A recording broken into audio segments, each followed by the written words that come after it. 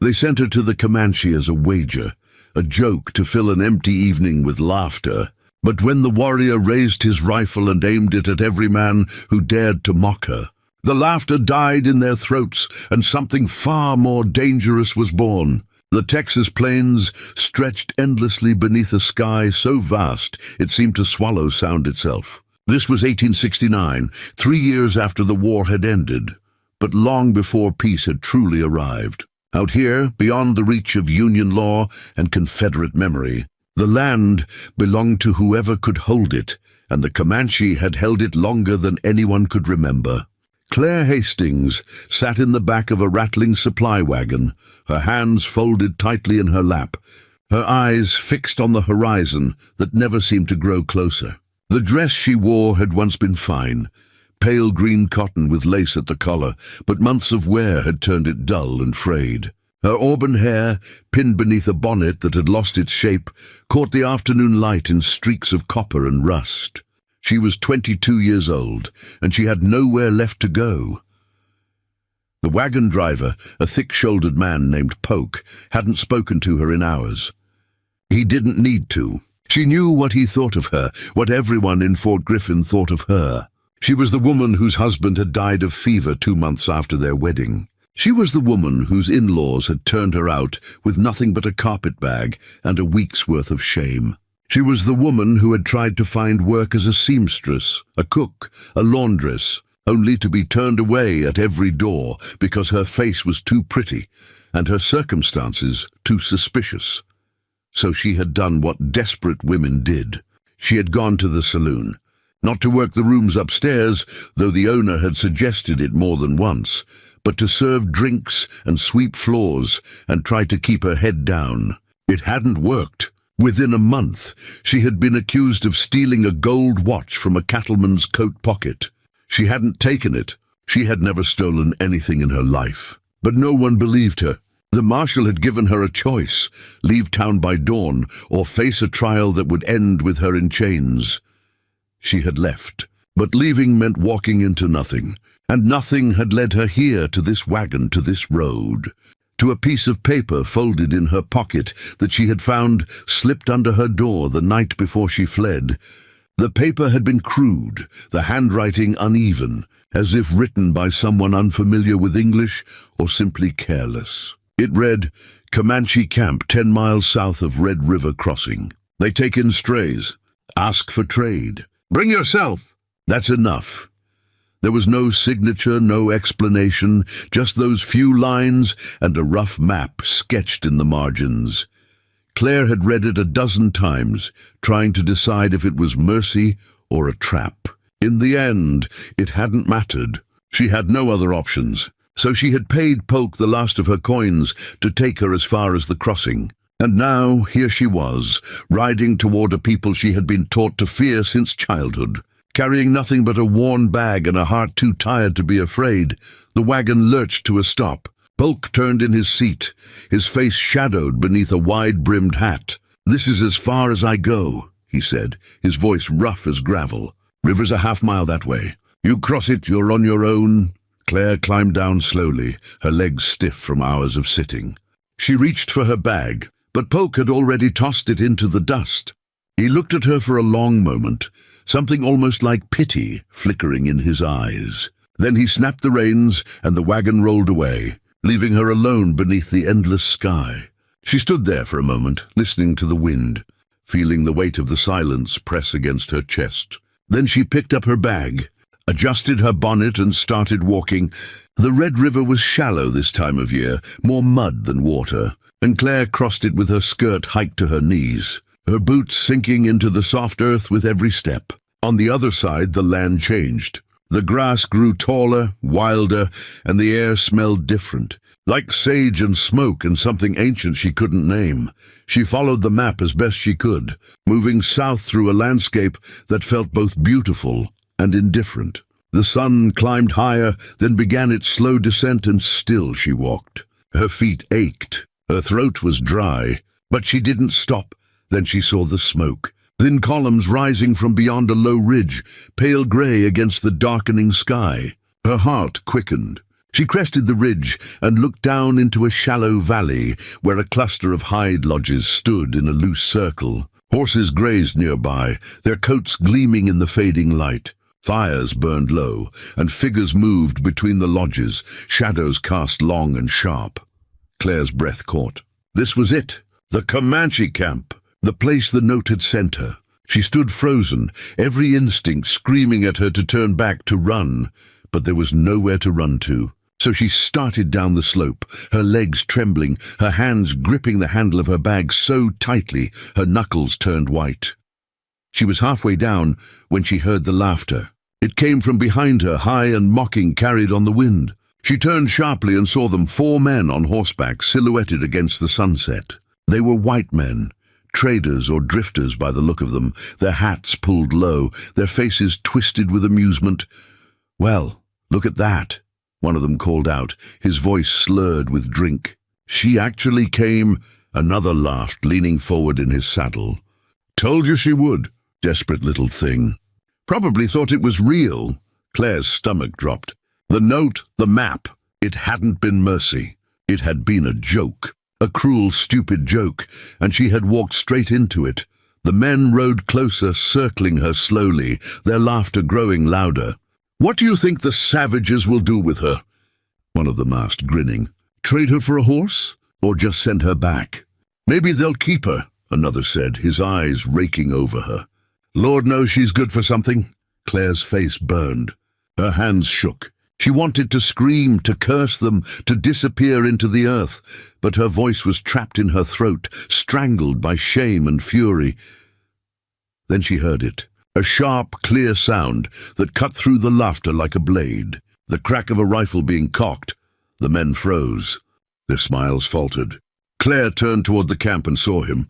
A man standing at the edge of the lodges, tall and still, a rifle raised to his shoulder. He was Comanche, that much was clear. His skin was bronze, his hair long and black, falling past his shoulders. He wore buckskin leggings and a simple shirt, and across his chest was a bandolier of bullets that gleamed in the dying light. His face was hard, angular, unreadable, and his eyes, dark as river stones, were fixed on the men behind her. He didn't speak. He didn't need to. The rifle said everything. One of the traders shifted in his saddle, his grin turning nervous. "Now hold on," he said, raising a hand. "We're just having a bit of fun. No harm meant." The warrior didn't lower the rifle. He took a step forward, slow and deliberate, and the horses stamped nervously. The men exchanged glances, their bravado crumbling. "Let's go," one of them muttered, pulling his horse around. "She ain't worth it."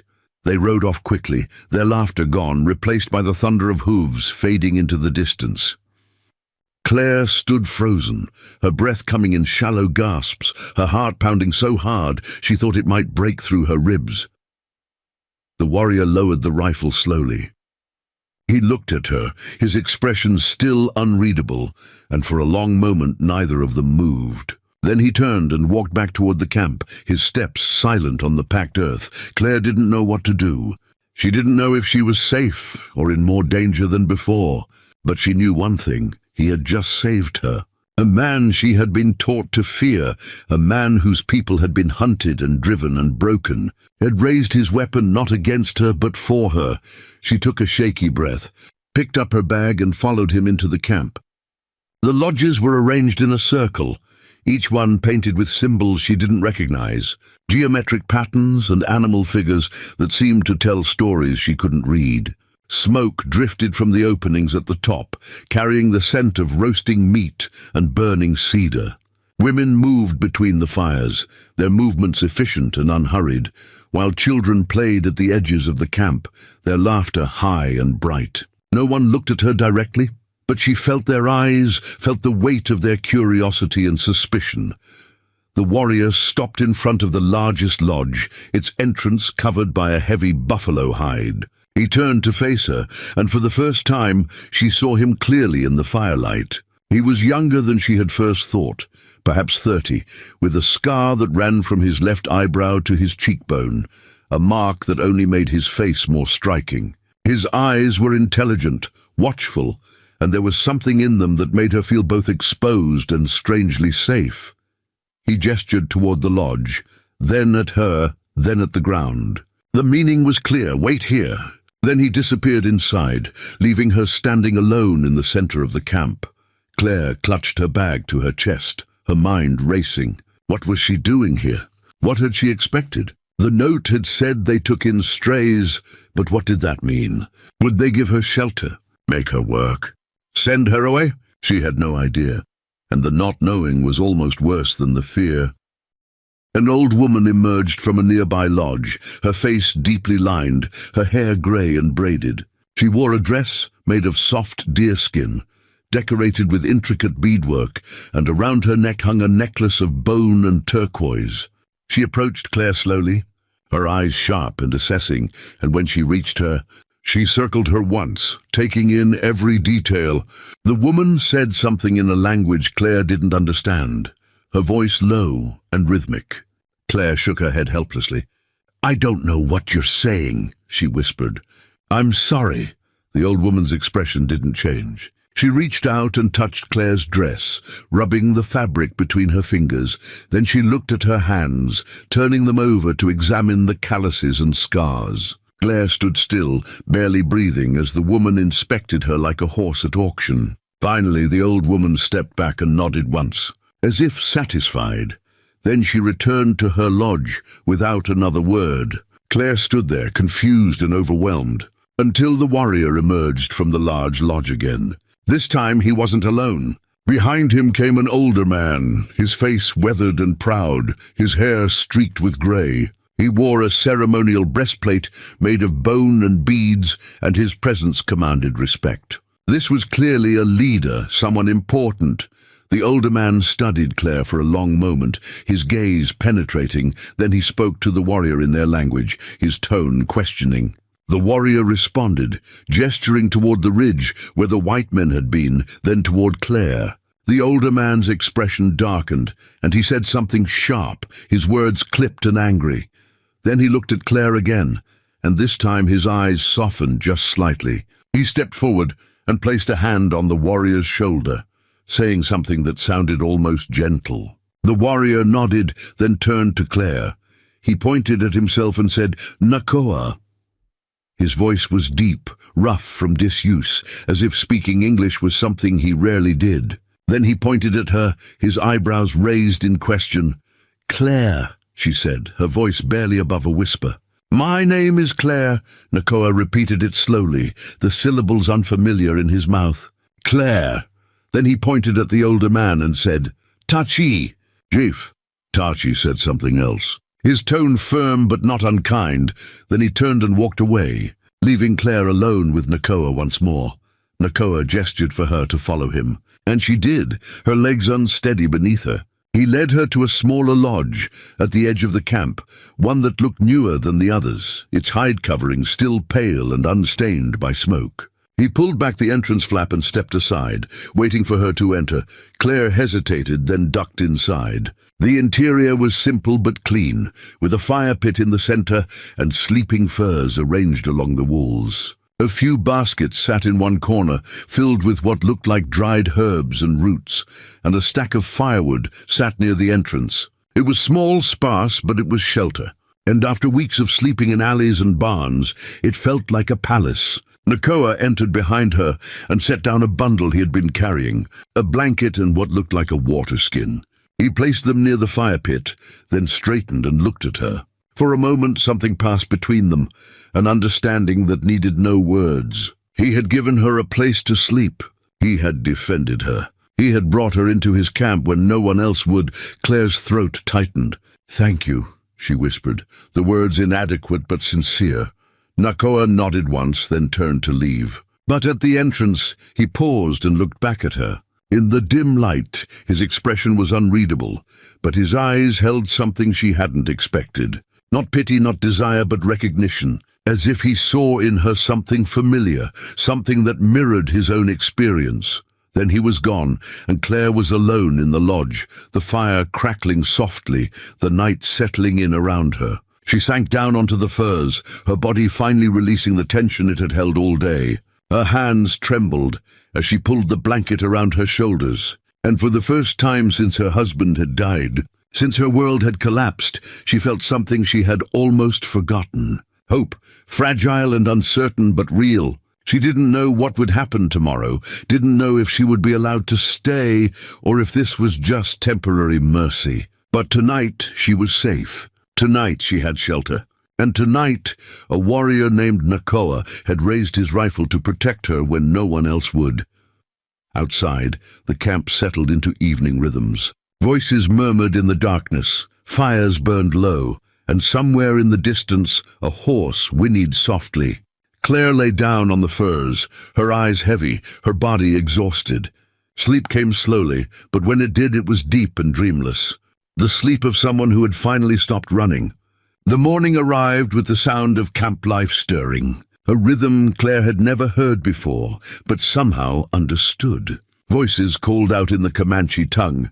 Children laughed as they chased each other between lodges, and somewhere nearby, horses nickered softly as they were led to water. The air smelled of wood smoke and dew-soaked grass, clean and sharp in a way that made her lungs ache.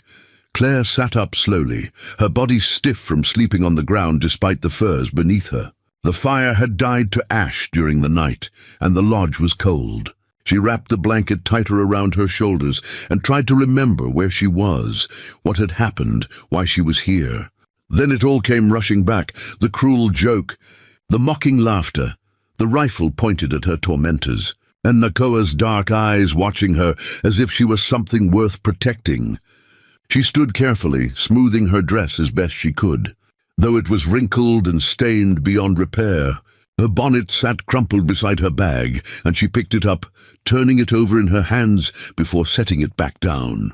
She didn't need it here. No one cared what she looked like, whether her hair was properly pinned or her dress freshly pressed. Out here, different rules applied, rules she didn't yet understand, but desperately wanted to learn. The entrance flap moved and Claire's heart jumped into her throat. But it wasn't Nakoa who entered. It was the old woman from the night before, the one who had circled her and examined her like livestock. She carried a basket in one hand and a clay pot in the other, and she set them both down near the fire pit without ceremony. The woman looked at Claire, then at the dead fire, then back at Claire with an expression that clearly said she found her lacking. She gestured sharply at the fire pit, then at the basket, then at Claire herself, her meaning unmistakable. Make yourself useful.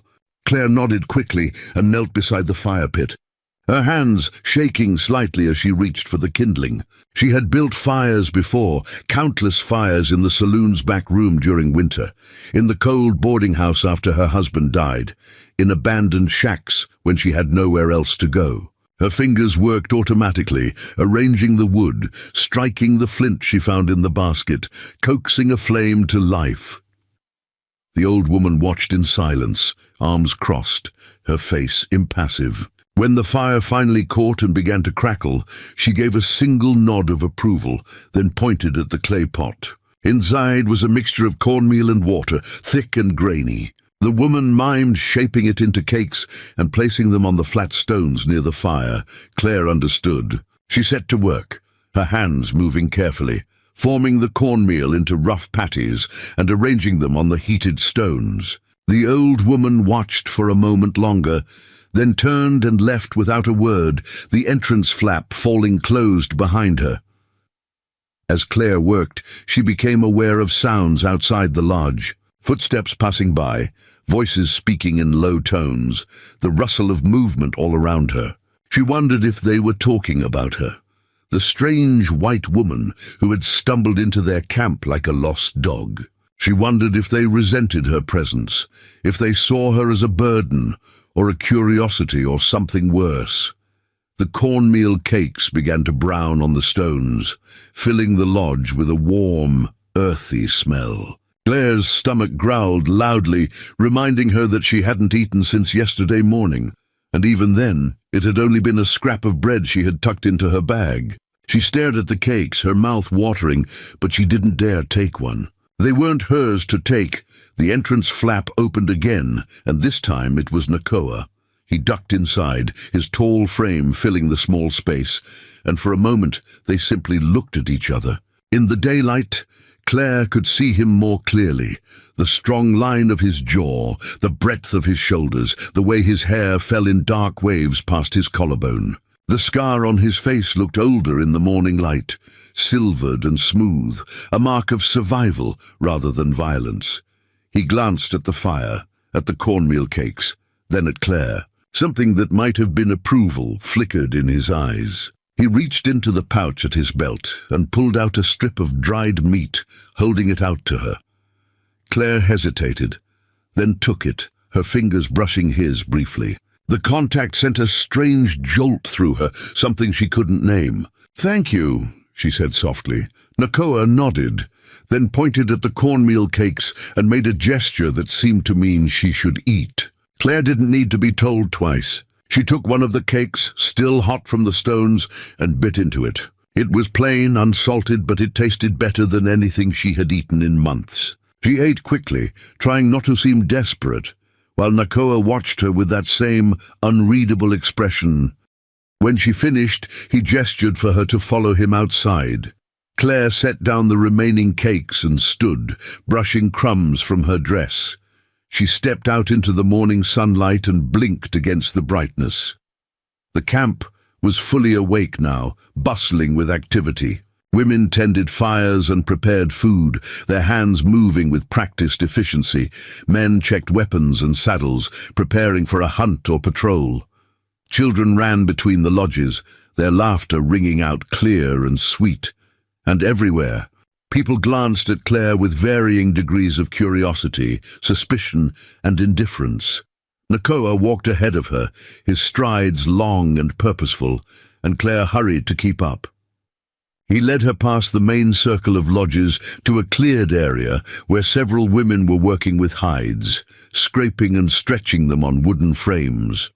The work looked difficult, requiring strength and skill, and the women's arms were corded with muscle. One of the women looked up as they approached, her face young but hardened by sun and wind. She said something to Nakoa in their language, her tone sharp and questioning. Nakoa responded calmly, gesturing at Claire, and the woman's eyes narrowed. She said something else, shorter this time, almost challenging. Nakoa's expression didn't change, but there was a firmness in his voice when he replied that made the woman press her lips together and turn back to her work. He looked at Claire and pointed at an empty frame, then at the pile of scrapers nearby. The message was clear. This was her work now. Claire approached the frame slowly, picking up one of the scrapers. It was made of bone, worn smooth from use, and it felt strange in her hand. She had never worked with hides before, had no idea how to scrape them properly, but she positioned herself in front of the frame and began to mimic the motions she saw the other women making. It was harder than it looked. The hide was tough and resistant, and her arms ached within minutes. The scraper slipped repeatedly, leaving uneven marks, and she could feel the other women watching her, could sense their judgment even without understanding their words. Sweat began to bead on her forehead despite the cool morning air. The young woman who had challenged Nakoa earlier approached, her face set in hard lines. She said something in Comanche, harsh and mocking, then reached out and grabbed the scraper from Claire's hand. She demonstrated the proper technique with sharp, aggressive movements, scraping the hide with practiced ease, then shoved the tool back into Claire's hands and walked away. Claire's face burned with humiliation, but she forced herself to focus. She adjusted her grip, changed her angle, and tried again. This time it went better, the scraper moving more smoothly across the hide. Her arms still ached, her hands were already developing blisters, but she kept working. Hours passed. The sun climbed higher, turning the morning cool into midday heat. Claire's dress clung to her back with sweat, her hair came loose from its pins, and her hands began to bleed from where the scraper had rubbed her skin raw. But she didn't stop. She couldn't stop. This was her test, her chance to prove she wasn't just a burden, and she would rather collapse than fail. At some point, Nakoa returned. He stood at the edge of the work area, watching her with that same intense gaze. Claire felt his eyes on her but didn't look up, didn't pause in her work. She wanted him to see that she was trying, that she was willing to earn her place here. When the sun finally began its descent toward the horizon, the women began to pack up their tools. Claire's hands were shaking as she set down her scraper, and when she tried to stand, her legs nearly gave out beneath her. She caught herself against the frame, breathing hard, her vision swimming. A hand steadied her, strong and warm on her elbow. She looked up to find Nakoa beside her, his expression concerned. He said something in his language, soft and questioning, and though Claire didn't understand the words, she understood the meaning. "Are you all right?" She nodded, not trusting her voice, and he helped her straighten. He looked at her hands, seeing the blood and blisters, and his jaw tightened. He called out to someone, and moments later the old woman appeared, the same one who had brought Claire breakfast. She looked at Claire's hands and shook her head, making a disapproving sound deep in her throat.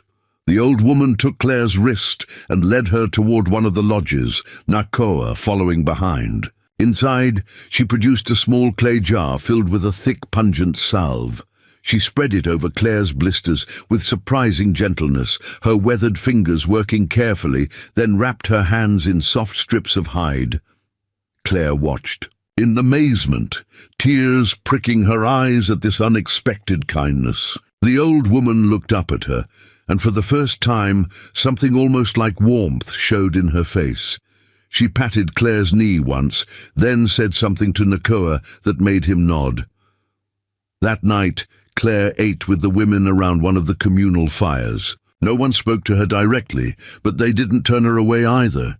She sat at the edge of the circle, grateful for the warmth of the fire and the food in her bowl, a stew of meat and roots that tasted better than anything she had eaten in months. She ate slowly, savoring each bite, while the women talked and laughed around her, their voices creating a rhythm she was beginning to recognize. A little girl, no more than 5 or 6, approached Claire hesitantly from across the fire. She had dark braids tied with strips of red cloth, and her eyes were wide with curiosity. She said something in Comanche, her voice high and sweet, and when Claire shook her head apologetically, the girl giggled and sat down beside her. The child pointed at Claire's hair, which had come completely loose and now fell in tangled waves past her shoulders. She reached out tentatively, touching the auburn strands, as if they were something magical. Claire smiled and lowered her head, letting the girl explore. The child's small fingers moved through her hair with gentle curiosity, and soon other children gathered around, all wanting to touch the strange white woman's strange hair. The women around the fire watched this with expressions that ranged from amusement to grudging acceptance. One of them, a woman with kind eyes and a round face, said something that made the others laugh, and though Claire didn't understand the words, she sensed it wasn't cruel. The little girl began to braid Claire's hair, her fingers clumsy but determined, and Claire sat still, her heart swelling with an emotion she couldn't name. When the girl finished, she held up a scrap of polished metal, showing Claire her reflection. The braid was crooked and loose, but it was made with care, and Claire touched it gently. "It's beautiful," she whispered. "Thank you." The girl beamed, clearly understanding the gratitude if not the words, and threw her arms around Claire's neck in an impulsive hug. Claire held her close, breathing in the scent of wood smoke and prairie grass that clung to her hair, and felt something crack open inside her chest. She had been so alone for so long, cut off from kindness and human warmth, that this simple gesture from a child threatened to undo her completely. When the girl finally pulled away and ran back to her mother, Claire wiped her eyes quickly, hoping no one had noticed the tears. But when she looked up, she found Nakoa standing at the edge of the firelight watching her. Their eyes met across the flames, and something passed between them, silent but profound. He had seen her moment of vulnerability, her moment of connection, and he understood what it meant. After the meal, as the camp settled into evening quiet, Claire returned to her lodge. Her whole body ached, every muscle screaming in protest, and her hands throbbed despite the salve. But as she lay down on the furs and pulled the blanket over herself, she felt something she hadn't expected: satisfaction. She had survived her first full day. She had worked until her hands bled and hadn't quit. She had taken the first step toward earning her place.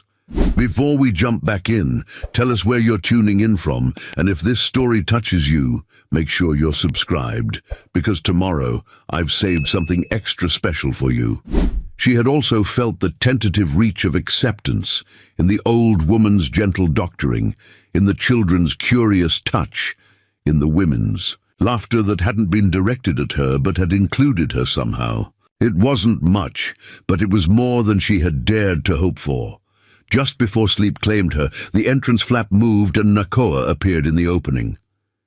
He didn't enter, just stood there in the darkness, a silhouette against the firelight outside. He held something in his hand, and he stepped forward just enough to set it down near the fire pit. A pair of soft moccasins, clearly made for a woman, the leather supple and well-crafted. Claire sat up, staring at the moccasins, then at Nakoa. He said something in his language, too quiet for her to hear properly, but she caught one word that sounded like her name. Then he was gone, the entrance flap falling closed behind him. Claire reached for the moccasins with trembling hands. They were still warm, as if they had just been finished, and the beadwork on the toes was intricate and beautiful. Someone had made these. Someone had spent hours crafting them, and Nakoa had brought them to her. She held them against her chest, tears streaming down her face, and for the first time in longer than she could remember, they were tears of gratitude rather than grief. She closed her eyes, her hands still throbbing, her muscles still aching, but her heart fuller than it had been in months. Tomorrow she would wake up and do it all again. She would scrape hides until her hands bled, would endure the suspicious looks and the harsh words she couldn't understand, would prove to these people and to herself that she was more than the sum of her mistakes. But tonight she'd been given a gift. Tonight she had been seen. Outside, the night wind moved through the camp, carrying the scent of sage and smoke. Somewhere a drum began to beat, slow and rhythmic, and voices rose in song, wordless and haunting. Claire listened, letting the sound wash over her. The moccasins still clutched to her chest, and for the first time since her husband had died and her world had fallen apart, she felt like she might actually survive. More than survive, she might actually belong. The fire in her lodge burned low, casting flickering shadows on the hide walls. Claire's breathing slowed, deepened, and sleep finally came, bringing with it dreams of dark eyes and steady hands, of rifles raised in protection and cornmeal cakes shared in silence, of small hands braiding her hair and soft moccasins warming her feet, of a place that might against all odds become something like home. 3 weeks had passed since Claire arrived at the camp, and the rhythm of survival had begun to settle into something deeper. Her hands had toughened, the blisters replaced by calluses that spoke of work honestly done. The moccasins Nakoa had given her fit perfectly, and she wore them every day, feeling the soft leather mold to her feet as she moved through the camp. The green dress had finally given up its last threads, and the old woman, whose name Claire had learned was Takala, had presented her with a simple doeskin dress, plain but sturdy, that marked her as something other than a visitor. The language came slowly in fragments and gestures. Claire learned that the harsh-faced young woman who had mocked her was called Ayana, and that she had lost her husband in a raid 2 winters ago. She learned that the little girl who had braided her hair was named Kimimela, which meant butterfly, and that her mother had died giving birth to her. She learned that Takala had been a medicine woman before age had stolen the steadiness from her hands, and that she saw in Claire something worth salvaging.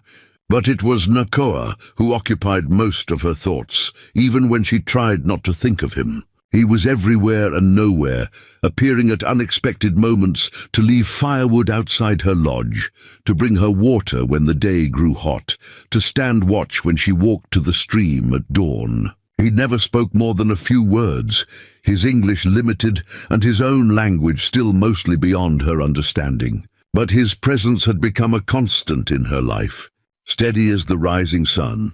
This morning was different. Claire woke to find the camp unusually quiet, the normal bustle of activity replaced by a tense, expectant silence. She dressed quickly and stepped outside to find the women gathered near the central fire, their faces grave. Takala saw her and gestured for her to come closer. The old woman spoke in halting English, piecing together words she rarely used. "Soldiers come, 2 days' ride. They look for runaways, deserters." She paused, her eyes sharp on Claire's face. "They look for white women taken by Comanche." Claire's blood ran cold. She hadn't considered this possibility, that her presence here might bring danger not just to herself, but to the people who had taken her in. "I should leave," she said quickly. "I don't want to bring trouble." Takala shook her head firmly. "You stay. Tachi say you stay. Nakoa say you stay." She pointed toward the edge of camp where the men were gathered, checking weapons and speaking in low, urgent tones. "But you hide. When soldiers come, you hide." The next 2 days passed in a strange, suspended state, everyone waiting for something no one wanted to happen. Claire continued her work with the hides, but her hands shook now, her mind constantly drifting to what would happen if the soldiers found her. Would they take her back to Fort Griffin, back to the marshal who had given her the choice between exile and chains? Would they assume the Comanche had kidnapped her, start a fight that would end in bloodshed? Nakoa found her on the second evening, sitting outside her lodge and watching the sun sink toward the horizon. He sat down beside her without invitation, close enough that she could feel the warmth of his body in the cooling air. For a long time neither of them spoke, just sat in the companionable silence that had become their way of communicating. Finally, Claire broke the quiet. "I don't want anyone to get hurt because of me." Her voice was barely above a whisper. "Maybe I should just go meet them. Tell them I'm here by choice."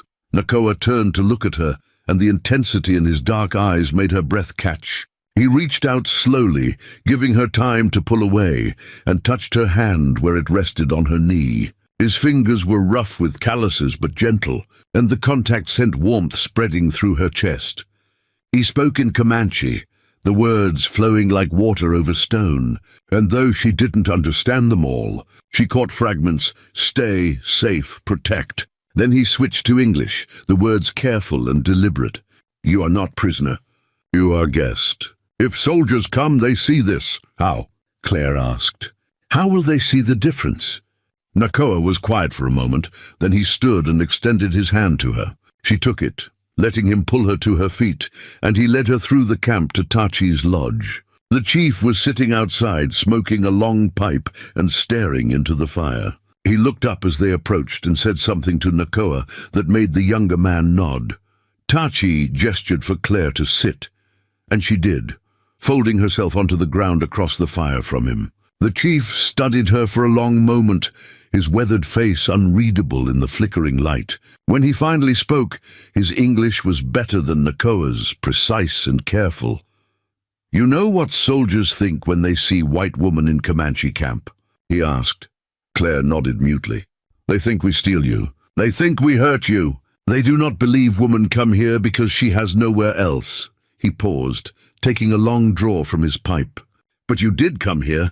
You work, you learn, you do not run when you could." "I have nowhere to run to," Claire said quietly. "No," Tachi agreed. "But that is changing.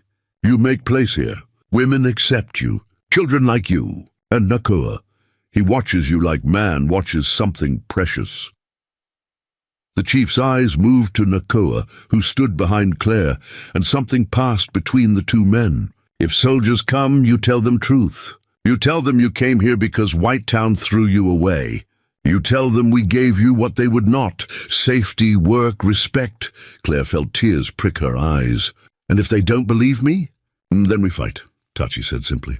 but not for captive. We fight for one of ours." The words hit Claire like a physical blow. One of ours. She had spent so long being nobodies, belonging nowhere, that the idea of being claimed by anyone, let alone these people she had feared all her life, seemed impossible. "I don't deserve that," she whispered. Nakoa's hand came to rest on her shoulder, warm and solid.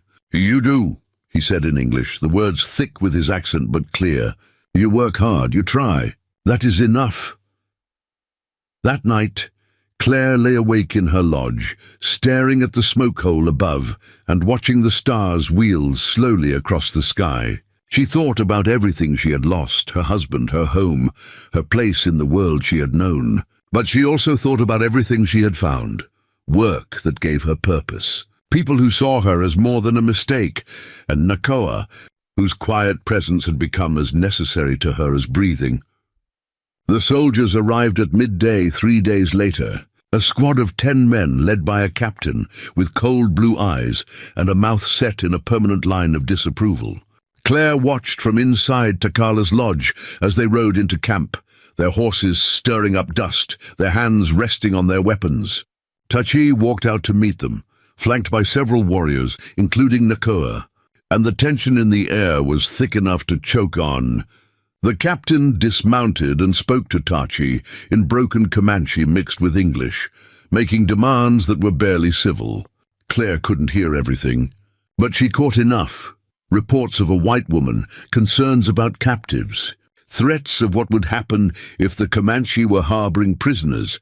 Tachi remained calm, his face a mask of diplomatic patience, and when the captain finally paused for breath, the chief said something in his own language and gestured toward Takala's lodge. Claire's heart hammered against her ribs as Takala took her arm and led her outside. The captain's eyes locked onto her immediately, sweeping over her doe-skin dress and moccasins with obvious disdain. "Are you Claire Hastings?" he demanded. "I am," Claire said, forcing her voice to remain steady. "These savages kidnap you, ma'am." "Force you to come here?" The way he said it made it clear he had already decided on the answer. "No," Claire said firmly. "I came here of my own free will. No one forced me, no one took me. I came because I had nowhere else to go." The captain's expression hardened. "That's what they all say when they've been threatened. We're here to rescue you, ma'am. Get your things and mount up. I don't need rescuing," Claire said louder now. "I'm not a prisoner. These people gave me shelter when your people threw me out. They gave me work when no one else would hire me. They gave me respect when all I got from white folks was accusation and shame." "You don't know what you're saying," the captain said, his voice taking on a patronizing edge. "They've confused you, filled your head with lies. You'll feel different once you're back among civilized people." Something inside Claire snapped. Civilized. She stepped forward, her hands clenched into fists. Was it civilized when the marshal gave me the choice between exile and jail for a crime I didn't commit? Was it civilized when the women of Fort Griffin called me a whore because my husband died and left me alone? Was it civilized when men threw bottles at me and laughed? Her voice was shaking now, but not with fear, with fury. "These people you call savages have shown me more humanity in 3 weeks than I saw in 3 months among the civilized." The captain's face darkened. "I'm not leaving without you. You're clearly not in your right mind." "She stays." Nakoa's voice cut through the tension like a blade. He had moved forward to stand beside Claire, his rifle held loosely but ready. "She chooses to stay. You hear her words? I don't take orders from redskins," the captain snarled, his hand moving to his pistol. In an instant, every Comanche warrior present had a weapon aimed at the soldiers. The air crackled with violence about to break loose, and Claire found herself stepping between Nakoa and the captain, her heart in her throat. "Stop," she said, her voice cutting through the moment. "Captain, I am telling you as clearly as I can. I am here by choice. I'm not being held against my will. I am not confused or threatened or coerced. I am a woman who has found a place where she is valued for her work and not judged for her circumstances." She took a breath, steadying herself. "You can report back to your superiors that you found me alive. Well, and exactly where I want to be." The captain stared at her for a long moment. his jaw working. Finally, he spat into the dust at her feet. "You're making a mistake. When winter comes and you're starving, when these savages turn on you, don't expect us to come back." He turned to his men. "Mount up. We're leaving." As the soldiers rode away, Claire's legs finally gave out. Nakoa caught her, his strong arms pulling her against his chest, and she buried her face in his shirt and shook, not with fear, but with the aftermath of adrenaline and the realization of what she had just done. She had chosen this place, these people, and there was no going back. That evening there was a celebration. Not a large one, but significant. A fire built high, meat roasted, and a sense of relief that permeated the camp. Claire sat beside Nakoa, aware of the way the other warriors now nodded to her. The way the women smiled, the way even Ayana had stopped looking at her with open hostility. Tachi stood and spoke to the gathered people, his voice carrying across the camp. Claire didn't understand most of it, but she heard her name, heard the word for courage, heard the murmur of approval that ran through the crowd. When the chief finished, he looked directly at her and nodded once, a gesture of respect that made her eyes burn with tears. Nakoa leaned close, his breath warm against her ear. "He says you have warrior heart. He says you are Comanche now if you wish to be." Claire turned to look at him, and in the firelight his face was beautiful, all sharp angles and deep shadows. "Is that what you think?" she asked softly. "That I'm Comanche now?" Nakoa's hand found hers, their fingers intertwining. "I think you are where you belong," he said. "I think you are brave. I think, when I raised rifle to protect you, I knew then that you were different." He paused, searching for words. "I think my heart recognized you before my eyes did." Claire's breath caught. Around them, the celebration continued, but it all faded into background noise. There was only Nakoa, only his hand in hers, only the truth in his eyes. "I was so lost," she whispered. "I thought there was nothing left for me." "You were not lost," Nakoa said. "You were finding your way here to us." "To me?" She leaned into him, letting his warmth surround her, and for the first time since everything had fallen apart, Claire felt something she had thought was gone forever.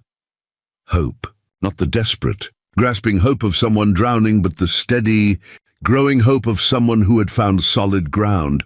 The fire burned late into the night, and when Claire finally returned to her lodge, Nakoa walked her there through the darkness. At the entrance he paused, his hand still holding hers.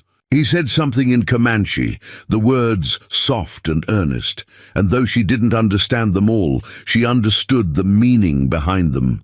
"Stay close to me," he had said, in the language of his people. "Let me keep you safe. Let me show you what it means to be chosen, not by chance or by joke, but by a heart that sees yours and knows it is home." Claire squeezed his hand, then raised it to her lips and pressed a kiss to his knuckles. "Good night, Nakoa," she whispered. He smiled, a rare and beautiful thing, and then he was gone, melting into the shadows. Claire entered her lodge and lay down on the furs, her heart full, her mind quiet. Outside, the camp settled into sleep, and somewhere in the darkness, she knew Nakoa was watching over her, protecting her, choosing her every day just as she was choosing him. Winter came to the plains like a wolf, silent and sudden, with teeth of ice and breath that froze the moisture in your lungs. Claire had never experienced cold like this, the kind that seeped through hide and fur and settled in your bones, that turned the morning water to solid ice and made every breath visible in the air. The camp transformed, lodges reinforced with additional hides, fires burning constantly, and the people moving with the careful efficiency of those who knew survival was measured in preparation. Claire's role in the camp had shifted. She no longer worked solely with the hides, but had been brought into the inner circle of women's work, preparing pemmican from dried meat and berries, sewing winter clothes with sinew and bone needles, crafting tools from antler and stone. Takala had taken her under her wing completely, teaching her the medicinal properties of plants they had gathered before the first frost, showing her how to pack wounds with moss and bind broken bones with splints and rawhide. But it was in the quiet moments, the spaces between work, that Claire found herself drawn again and again to Nakoa. They had developed a language of their own, part English, part Comanche, part gesture and expression. He taught her to track animals in the snow, to read the signs of weather in the sky, to move through the winter landscape without leaving traces. She taught him more English words, laughing at his pronunciation, delighting in the way his face would concentrate when he tried to wrap his tongue around unfamiliar sounds. One morning, a hunting party returned with troubling news. They had found signs of another camp 3 days north, but not Comanche. The tracks and markers suggested it was a band of Kiowa, and the relationship between the tribes was complicated, sometimes allies, sometimes enemies, always unpredictable. Tachi called a council, and Claire watched from outside the chief's lodge as the warriors gathered, their faces grim in the grey winter light. Nakoa emerged hours later, his expression troubled. He found Claire by the communal fire and sat beside her, close enough that their shoulders touched. "Kiowa chief wants to meet," he said, his English improving but still halting. "To talk about winter hunting grounds. To see if we share or if we fight. Is that dangerous?" Claire asked, though she already knew the answer. "Always dangerous," Nakoa replied, "but more dangerous to not talk. If we fight in winter, people die from cold and hunger, not just from weapons." He looked at her, his dark eyes serious. "Tachi wants me to go with negotiation party. We leave tomorrow at dawn." Fear clutched at Claire's chest, sudden and sharp. In the months since she had arrived, Nakoa had become her anchor, the fixed point around which her new life revolved. The thought of him riding out into potential danger made her realize just how deeply he had worked his way into her heart. "How long will you be gone?" Maybe 5 days. Maybe more if weather turns bad." He reached out and took her hand, no longer shy about the gesture. "You will be safe here. Takala and the other women will watch over you. It's not me I'm worried about," Claire said quietly. Nakoa's expression softened. He raised his free hand and touched her face, his rough fingers gentle against her cheek. "I will come back," he said. "I have reason to come back now." That night Claire couldn't sleep. She lay in her lodge listening to the wind howl outside, imagining all the things that could go wrong. Nakoa could be killed in a fight. He could freeze in a blizzard. His horse could fall and break his neck. The possibilities multiplied in her mind until she couldn't bear it anymore. She rose, wrapped herself in her warmest furs, and stepped out into the bitter cold. The camp was quiet, everyone sheltered against the wind, but there was a figure standing near the horse corral, silhouetted against the starlight. Claire knew without seeing his face that it was Nakoa. She walked to him, her moccasins crunching in the snow, and he turned as she approached. "You should be sleeping," he said. But there was no reproach in his voice. "So should you," Claire replied. They stood together in the cold, watching the horses shift and stamp in their shelter. "I don't want you to go," she admitted. "I know that's selfish. I know you have to, but I don't want you to." Nakoa turned to face her fully. In the starlight, his face was all plains and shadows, beautiful and fierce. "When I first saw you," he said slowly, picking his words with care, "walking down that hill with white men laughing at you, I felt something I had not felt in long time. Anger, yes, but also something else. Like I knew you, even though we had never met." Claire's breath caught, forming clouds in the frozen air. "My wife," Nakoa continued, and Claire's heart stuttered at the word. "She died 3 winters ago. Sickness took her, fast and cruel. I thought I would never feel anything for another woman. I thought that part of me was dead." He took both of Claire's hands in his. "But then you came, and you worked until your hands bled, and you stood up to soldiers, and you smiled at children who were afraid of you, and I felt something wake up inside me." "Nakoa," Claire whispered, but she didn't know what else to say. "I go tomorrow because I must," he said. "But I come back because I want to. Because you are here. Because when I think of future, I see you in it." He paused, then added something in Comanche, the words flowing like a prayer. "What does that mean?" Claire asked. "It means my heart walks beside yours. It means where you go I want to follow. It means, in my language, what in your language might be called love. The word hung in the frozen air between them, crystallizing like ice. Claire felt tears freeze on her cheeks as she looked up at this man who had saved her, sheltered her, taught her, chosen her. "I don't know if I deserve this," she said. "I don't know if I deserve you." "You think too much about deserving," Nakoa said, a hint of amusement in his voice. "You are here, I am here. We choose each other. That is enough." He pulled her closer, wrapping his arms around her, sharing his warmth. "When I come back, we will talk to Tachi. We will make this official in the way of my people if you wish it." Claire pulled back just enough to look up at him. "Are you asking me to marry you?" "Thus, in your language, yes. In my language, I'm asking if you will build lodge with me. If you will be my wife, and I will be your husband. If we will face winters together, and raise children together and grow old together."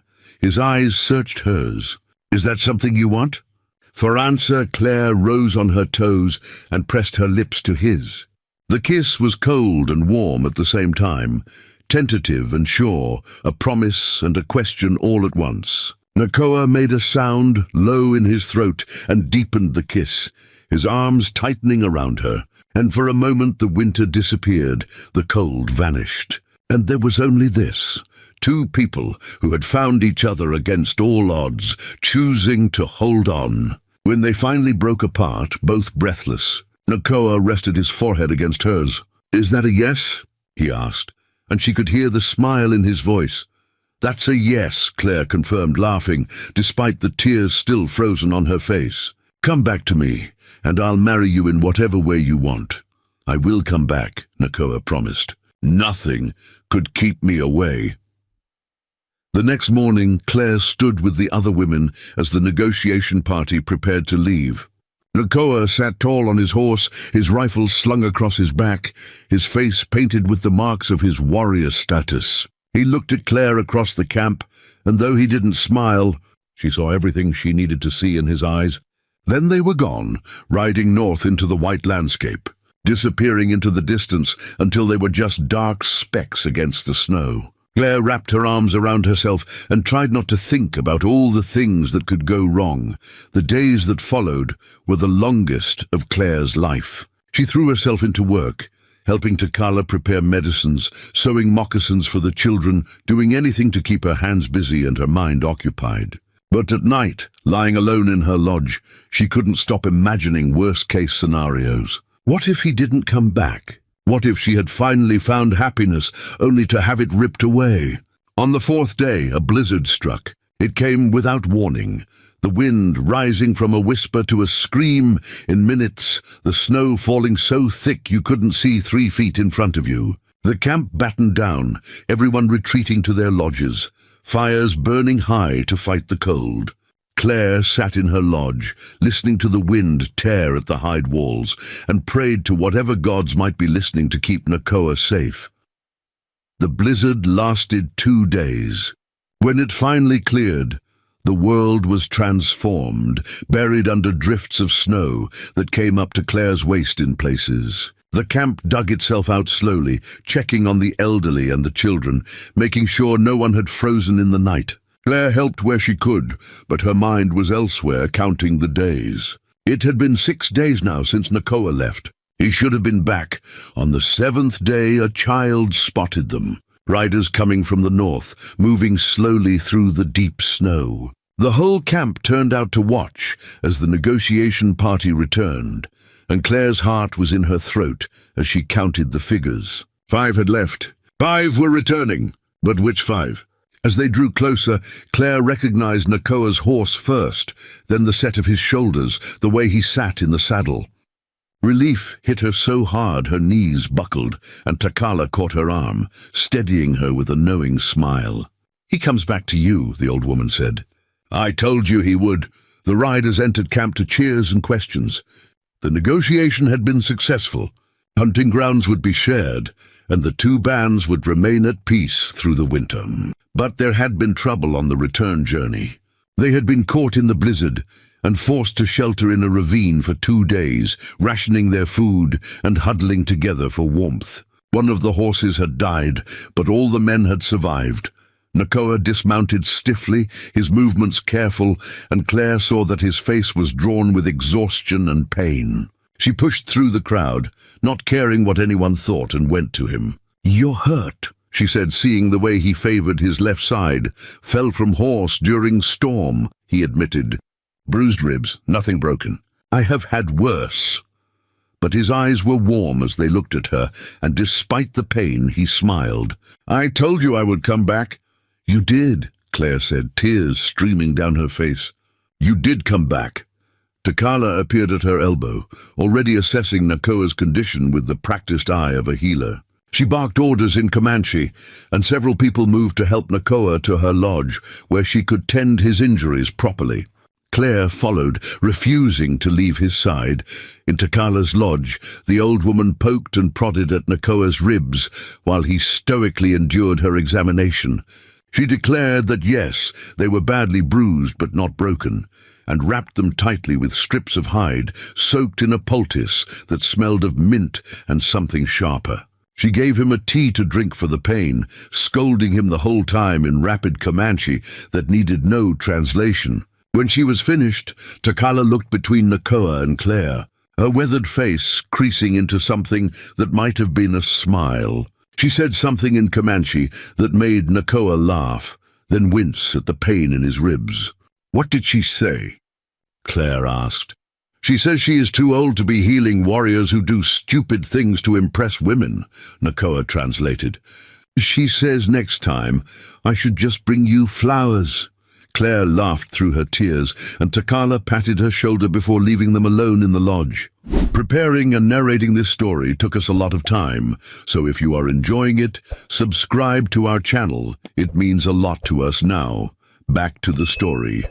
The old woman knew when to give privacy. Nakoa reached for Claire's hand, pulling her down to sit beside him. "I thought about you every day," he said. "Even when I was freezing in that ravine, I thought about coming back to you. It kept me warm." "I was terrified," Claire admitted. "I kept thinking about all the things that could go wrong, all the ways I could lose you." "You cannot lose me," Nakoa said firmly. "I am yours now, and you are mine. When I am healed, we will speak to Tachi. We will make it official. We will build a life together."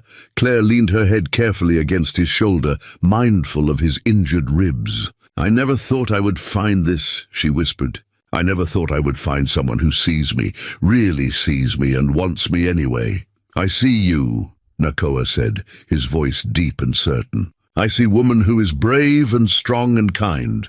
I see woman who works hard and does not give up. I see woman who came to us with nothing and built something beautiful from empty hands. I see woman I want to spend my life with." They sat together in the quiet lodge, the fire crackling, the camp settling into evening routines outside. Claire felt a peace settle over her that she had never known before, the peace of being exactly where she was meant to be, with exactly who she was meant to be with. The journey that had started with a cruel joke had led her here, to this man, to this life, to this moment. And for the first time since her husband had died and her world had collapsed, Claire felt not just hope, but certainty. Certainty that she had found her home. Certainty that she was loved. Certainty that despite everything she had lost, she had found something infinitely more valuable, a place where she belonged. A man who chose her every day, and a future that stretched out before her full of possibility. Outside, the winter wind howled, but inside the lodge, it was warm. Inside the lodge, there was love, and that, Claire thought as she held Nakoa's hand and watched the fire burn, was enough, more than enough. It was everything. Spring came reluctantly to the plains, melting the snow in patches and turning the ground to mud that sucked at boots and hooves alike. The camp stirred to life after the long winter hibernation, and with the warming air came preparations for the seasonal ceremonies. Claire had learned that among the Comanche, marriage was not a single moment but a process, a series of rituals and exchanges that bound two families together as much as two individuals. Nakoa's ribs had healed over the winter months, though he still moved carefully on cold mornings when the old injury made itself known. During those long winter nights, He and Claire had talked for hours, sharing stories of their pasts, learning the contours of each other's souls. She had told him about her brief marriage, about the fever that had taken her husband so quickly she barely had time to understand she was a widow. She had told him about the accusations, the shame, the desperate flight that had led her here.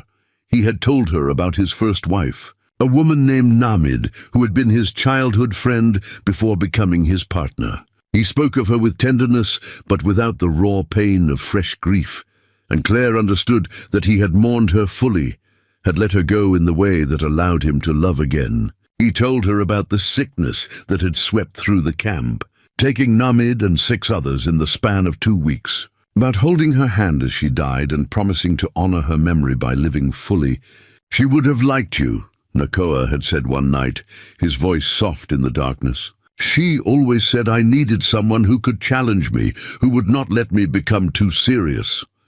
He had smiled then, that rare expression that transformed his face. "You challenge me every day." Now, as the earth thawed and new grass began to push through the mud, Tachi called Nakoa and Claire to his lodge.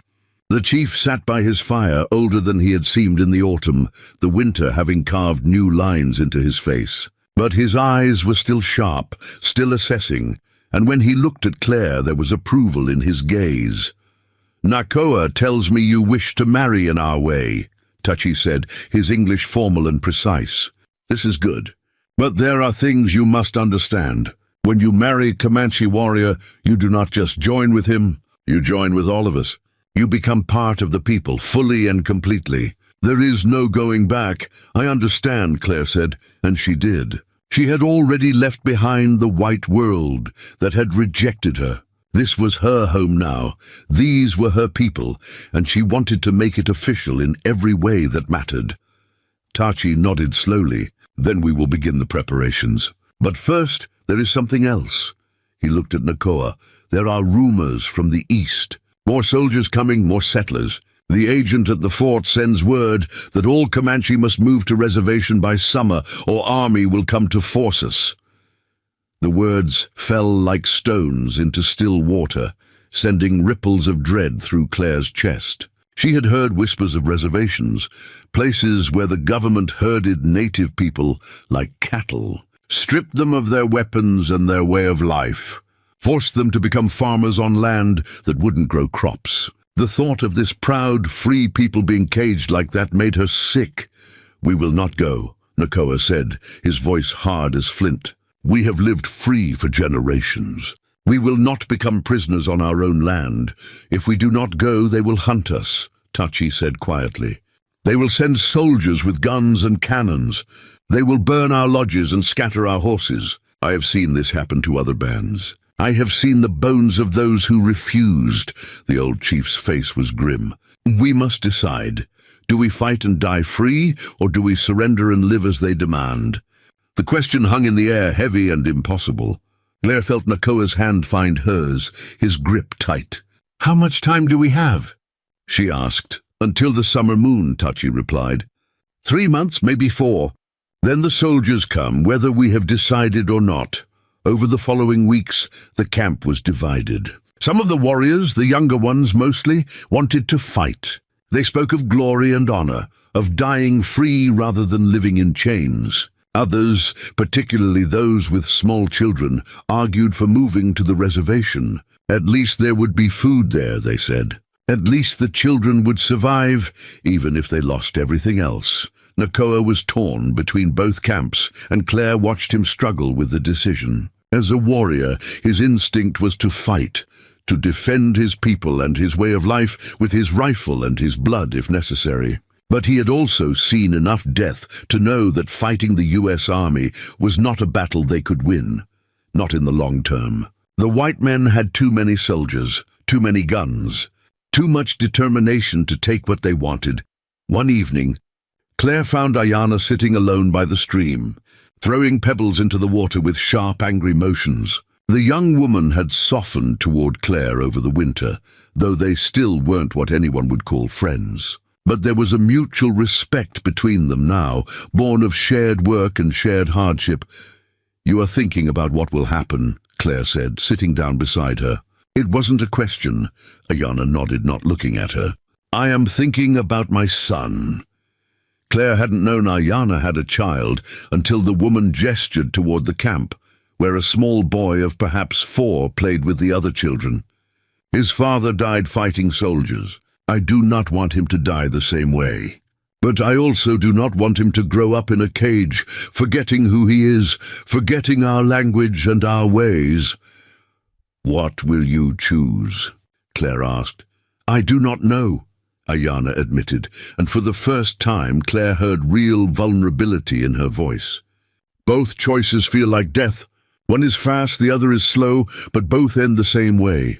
She turned to look at Claire, her dark eyes intense. You are white. You know their world. Tell me true. If we go to reservation, will they really let us live? Or will they just kill us more slowly? Claire wanted to lie, to offer false comfort, but she respected Ayana too much for that.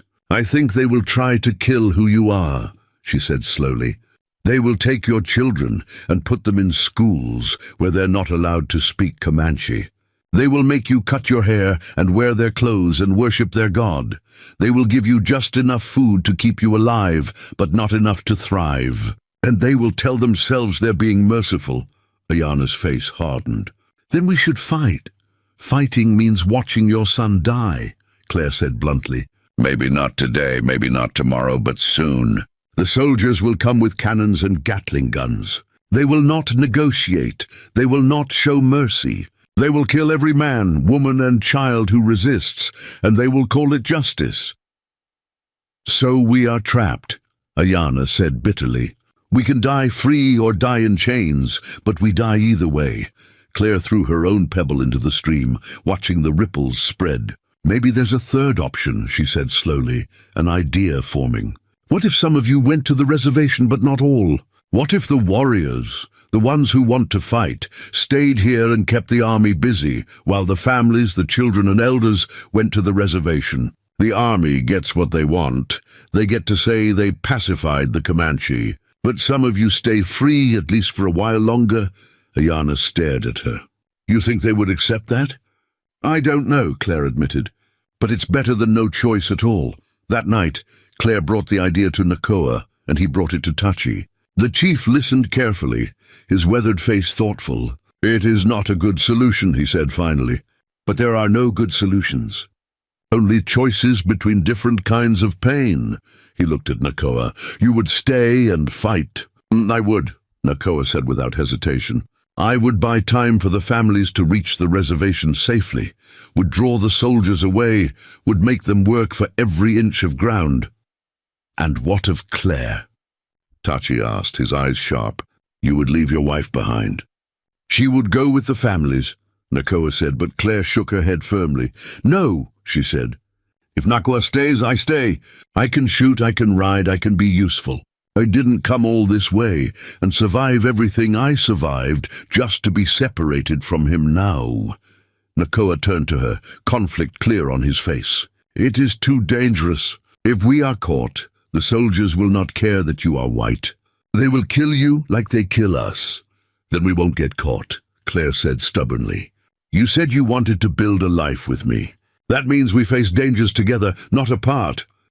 The argument that followed was heated, conducted in a mixture of English and Comanche, with both of them too emotional to stick to one language. But in the end, Nakoa recognized the same stubborn determination in Claire that had kept her alive through everything else. She would not be left behind, would not be protected like a child, would not watch him ride off to possible death while she cowered in safety.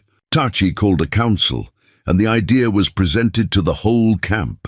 The debate went on for 3 days, voices raised in anger and fear and desperate hope. In the end, a decision was reached. The families, the elders, the young children, and those who wanted peace would go to the reservation. A small band of warriors, perhaps 20 in total, would stay behind with Nakoa to resist, to fight a guerrilla war that would buy the others time to reach safety. And Claire, despite the protests of many, would stay with the warriors. She had proven herself over the winter, had shown her courage and her commitment, and more importantly, she had shown that she could shoot straight and think clearly under pressure. Taji gave his blessing, though he made Claire promise to be careful, to remember that her life mattered not just to Nakoa, but to all of them. The marriage ceremony happened 3 days before the camp was scheduled to split. It was simpler than Claire had expected, but no less meaningful. Nakoa brought horses to Tachi as a gift, a sign of his ability to provide. Claire was dressed in a new doeskin dress that Takala and the other women had made, decorated with intricate beadwork and dyed porcupine quills. Her hair was braided in the Comanche style, wound with strips of red cloth. They stood before Tachi and the assembled people as the chief spoke in Comanche, words that Nakoa later translated for her. He spoke of the seasons turning, of two souls finding each other across impossible distances, of love that endured in the face of hardship. He spoke of commitment and partnership, of two people choosing to walk the same path even when that path led into darkness. When Tachi finished, Nakoa took Claire's hands in his. He spoke to her in English, wanting her to understand every word. "I choose you," he said, his voice steady and sure. "I choose you in the daylight and in the darkness. I choose you in safety and in danger. I choose you for all the days I have left, however many or few they may be. My heart is yours and I give it freely." Claire's voice shook when she responded, tears streaming down her face. "I choose you," she said. "I choose you even though the world says we shouldn't be together. I choose you even though the future is uncertain. I choose you because loving you has made me braver and stronger and more myself than I have ever been. My heart is yours, and I will guard yours with my life."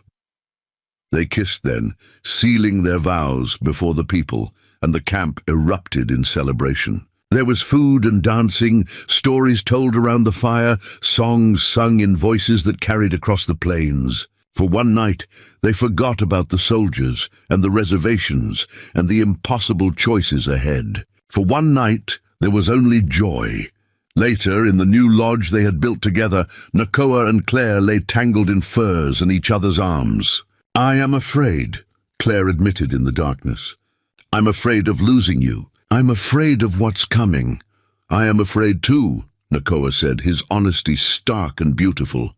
"But I am more afraid of living without having truly lived, more afraid of dying without having loved completely. You have given me that, Claire.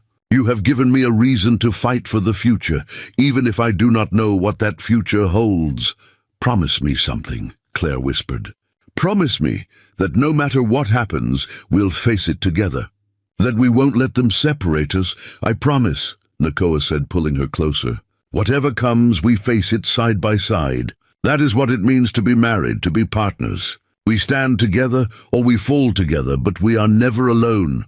Outside, the celebration continued, voices raised in song, drums beating a rhythm that echoed across the plains. Inside their lodge, Claire and Nakoa held each other close, two people who had found love in the midst of chaos, who had chosen each other against all odds, who would soon face their greatest test. But tonight, wrapped in warmth in each other's arms, they were simply husband and wife, simply two souls who had recognized each other and refused to let go. The fire burned low, casting dancing shadows on the hide walls. And in those shadows, if you looked closely, you could see the future taking shape, dangerous and uncertain, but faced together, always together. The morning the camp divided was the hardest morning of Claire's life. Families clung to each other, mothers pressing their faces into their sons' shoulders, children crying without understanding why some people were leaving and others were staying. The air was thick with grief and fear, and the terrible weight of choices that had no good outcomes. Takala stood before Claire, her weathered face set in hard lines that couldn't quite hide the emotion beneath. The old woman had chosen to go with the families to the reservation, saying her healing skills would be needed there, that the children would need someone to teach them the old ways, even in that new and terrible place. She pressed a small leather pouch into Claire's hands. "Medicine," Takala said in her halting English. "For wounds, for fever. You remember what I teach you." It wasn't a question. She gripped Claire's shoulders with surprising strength. You are daughter to me now, daughter of my heart. You stay alive. You keep that stubborn warrior of yours alive. You survive, and someday, when it is safe, you find us again." Claire couldn't speak past the lump in her throat, could only nod and embrace the old woman who had been the first to show her kindness in this place. When Takala finally pulled away, she said something in Comanche, rapid and fierce, then turned and walked toward the group preparing to leave. Claire watched her go, memorizing the set of her shoulders, the silver in her braided hair. Ayana approached next, her son clutching her hand. The boy stared up at Claire with wide, curious eyes. "I am going to the reservation," Ayana said, her voice steady despite the fear Claire could see in her face. "I'm going to keep my son alive, whatever it costs. But I want you to know I was wrong about you. When you first came, I thought you were weak, thought you would run at the first sign of hardship. But you are stronger than many warriors I have known. You have earned your place among us." The words, coming from Ayana, who had been her harshest critic, meant more than Claire could express. "Keep him safe," she said, looking down at the boy. "Teach him who he is, where he comes from. Don't let them take that from him." "I will try," Ayana promised. Then she did something unexpected. She reached out and took Claire's hand, squeezing it once, hard. "May the spirits watch over you. May you and Nakoa find each other in the next life if you do not survive this one." Then she too was gone, leading her son toward the waiting group. One by one the families departed, a long line of people and horses and travois loaded with what possessions they could carry. Tachi rode at the front, old but still proud, still leading his people, even as everything they knew crumbled around them. He raised his hand once in farewell to those staying behind, and then the group disappeared over the ridge, heading east toward the reservation and whatever future awaited them there. 23 warriors remained, along with Claire. They were the young ones mostly, the ones who had not yet started families, or who, like Nakoa, had already lost their families and had nothing left to lose. They were fierce and loyal and terrifyingly brave, and Claire knew that most of them would not survive what was coming. The plan was simple in theory, brutal in practice. They would split into small groups, never more than 4 or 5 together, and conduct raids on army patrols and supply lines. They would be ghosts, striking fast and disappearing into the landscape, making the soldiers chase shadows. They would draw the army's attention away from the families heading to the reservation, would make the soldiers focus on the immediate threat rather than pursuing those who had surrendered. They would buy time with blood and bullets and whatever courage they could muster. Nakoa gathered the group that would be himself, Claire, and 2 other warriors named Tama and Kohana. Tumba was barely 20, his face still smooth and unlined, his eyes burning with the need to prove himself. Kohana was older, perhaps 40, a veteran of many battles who had survived when others hadn't, through a combination of skill and careful thinking. Together, they would move through the broken country to the south, where canyons and mesas provided cover. They left the camp as the sun reached its zenith, the lodges already being dismantled behind them, every trace of their presence being erased. In a few days, anyone coming to this place would find nothing but empty prairie, would never know that a people had lived here, had loved and fought and died here. The thought made Claire's chest ache. The first week was spent moving, always moving, covering their tracks and staying ahead of any pursuit. They saw smoke on the horizon twice, signs of army camps or perhaps settlements, and they gave them wide berth. This wasn't about direct confrontation, not yet. This was about survival and strategy, about choosing their moments carefully. Claire proved herself quickly. She could ride as well as any of them, could go long hours without complaining, could shoot a rifle with accuracy that surprised even Kohana. Nakoa watched her with a mixture of pride and fear, proud of her strength but terrified of losing her. At night, when they made cold camps in hidden ravines, he would hold her close and whisper prayers in Comanche to gods he wasn't sure were listening. Their first engagement came on the 9th day. They spotted an army supply wagon moving along a rough track, guarded by only 4 soldiers. It was too tempting a target to pass up. Kohana planned the ambush with careful precision. Tama would spook the horses from one side, while the rest of them attacked from the other. It would be quick, brutal, and they would be gone before reinforcements could arrive. Claire's hands shook as she checked her rifle, as she took up position behind a boulder overlooking the track. This was different from defending the camp, different from standing up to bullies. This was attacking. This was becoming the thing white people had always said Indians were: savage, violent, dangerous. But then she thought about the families heading to the reservation, about the children who needed time to reach safety, and her hands steadied.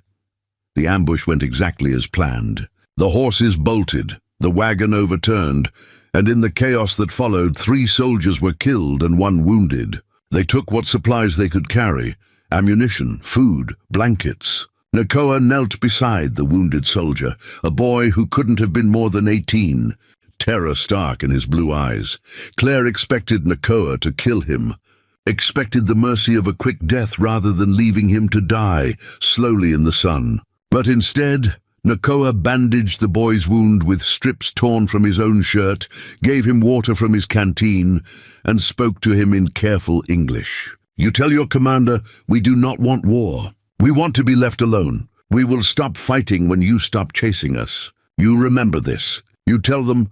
Then they were gone, melting back into the landscape, leaving the soldier alive to carry the message. As they rode, Claire understood what Nakoa had done. He had shown mercy when he didn't have to, had demonstrated that they were not mindless savages, but people defending their right to exist. Whether it would make any difference, she didn't know, but the gesture mattered. Over the following weeks, they conducted 4 more raids, each one successful, each one buying more time for the families to reach the reservation. But the army was learning, was adapting. Patrols became larger, more cautious. They started setting traps, leaving apparently vulnerable targets that were actually bait for ambushes. After Tama nearly rode into one such trap, Kohana declared they needed to change tactics, to disappear completely for a while and let the soldiers think they had given up. They found a hidden canyon, a place so remote and difficult to access that even most Comanche didn't know about it. There was water from a spring, grass for the horses, and caves where they could shelter from the increasingly hot summer sun. They settled in to wait, to rest, to let their horses recover from the hard riding. It was there, in that hidden place, that Claire finally broke down. The accumulated stress and fear and violence caught up with her all at once, and she found herself sobbing in Nakoa's arms, great heaving sobs that shook her whole body. "I killed a man," she gasped out between sobs. "In that second raid, I shot a soldier and I saw him fall and I killed him." Nakoa held her tighter, his hand stroking her hair. "I know," he said softly. "I saw that. How do you live with it?" Claire asked. "How do you kill people and then just keep going?" "You do not just keep going," Nakoa said. "You carry them with you. Every person I have killed, I remember their face. I say prayers for their spirits. I acknowledge that I have taken something precious from the world. But I also remember why I did it, to protect my people, to defend what is mine, to survive." He tilted her face up to look at him. "You did what you had to do. That soldier would have killed us if he could. You chose our lives over his. That is not murder. That is survival." "It doesn't feel like survival," Claire whispered. "It feels like losing pieces of my soul. Then we lose them together," Nakoa said. "We carry the weight together. That is what it means to be partners, to be married. Your pain is my pain. Your guilt is my guilt. We share it, and somehow that makes it bearable." They stayed in the canyon for 3 weeks, and during that time, something shifted. The desperate urgency that had driven them began to ease, replaced by a strange, suspended peace. They knew it couldn't last, knew that eventually they would have to leave this sanctuary and return to the fight. But for now, they existed in a bubble outside of time, where there were no soldiers, no reservations, no impossible choices. Claire spent her days hunting small game, gathering plants that Takala had taught her to identify, keeping their small camp running. Nakoa and the other warriors maintained their weapons, scouted the surrounding area, told stories around the fire at night. And every evening, Claire and Nakoa would walk to a high point overlooking the canyon and watch the sunset paint the sky in shades of orange and purple and red. "If we survive this," Claire said one evening, her head resting on Nakoa's shoulder, "where will we go? What will we do?" "But I do not know," Nakoa admitted. "Maybe we go north to Canada where the army cannot follow.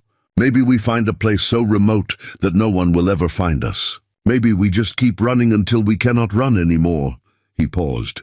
"But wherever we go, whatever we do it together." "Together," Claire echoed, and the word felt like a promise, like a prayer.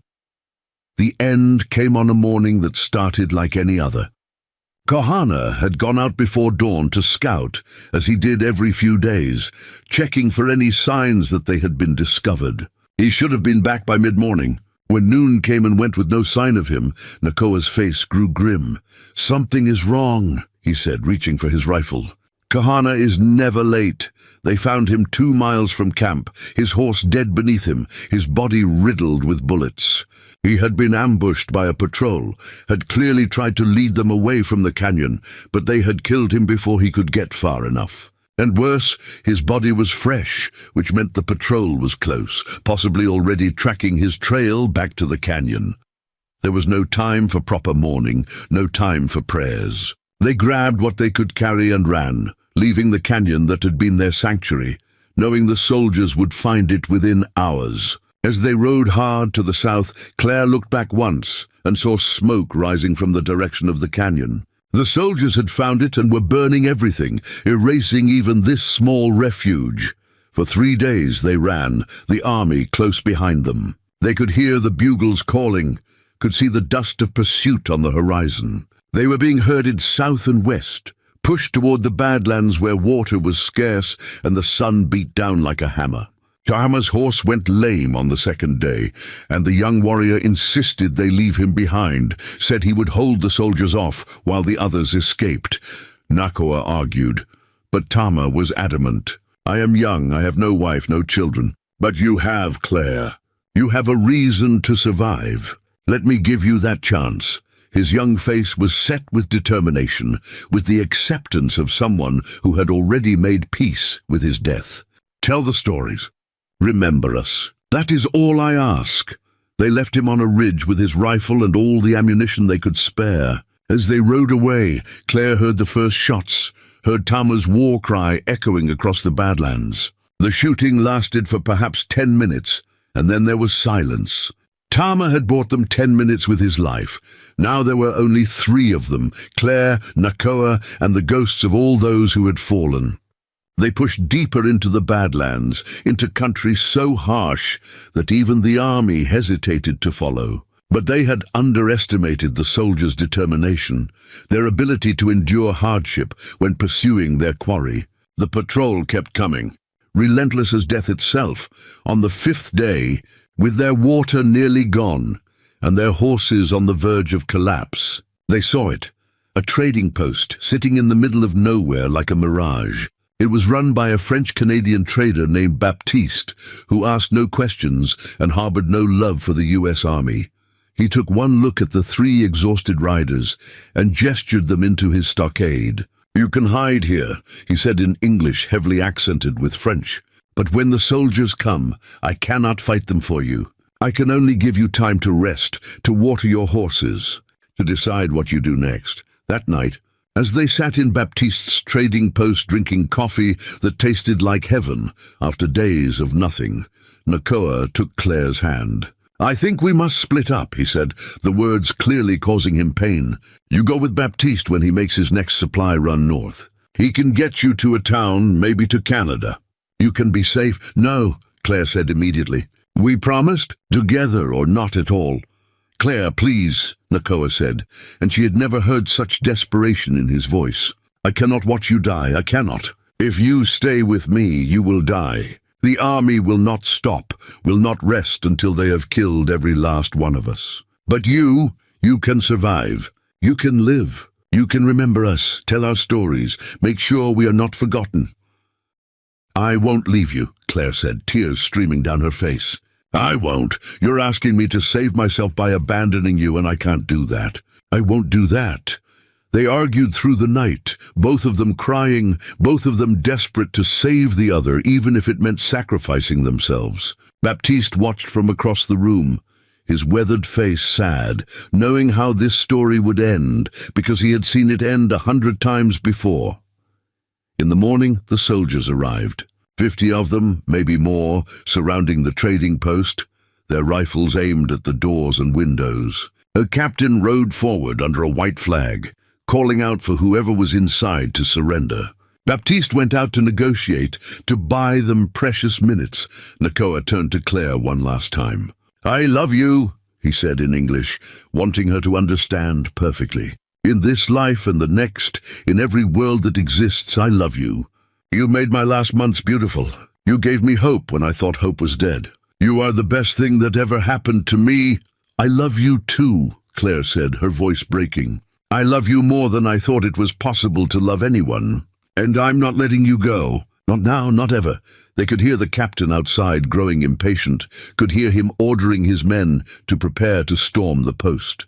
Nakoa looked at his rifle, then at Claire, then at the door. A decision formed in his eyes, and Claire recognized it, tried to protest. But he was faster. He kissed her, hard and desperate and full of everything they would never get to say. And then he was moving toward the door. "You stay here," he commanded. "You stay alive. You tell them I made you come with me, that you were my prisoner. They will believe that. They will let you go. And you live, Claire. You survive. You remember us. You make sure the world knows we existed, that we loved, that we fought for something that mattered." Before she could stop him, he was through the door, his rifle raised, his voice calling out in Comanche, offering to surrender if they would let the others go free.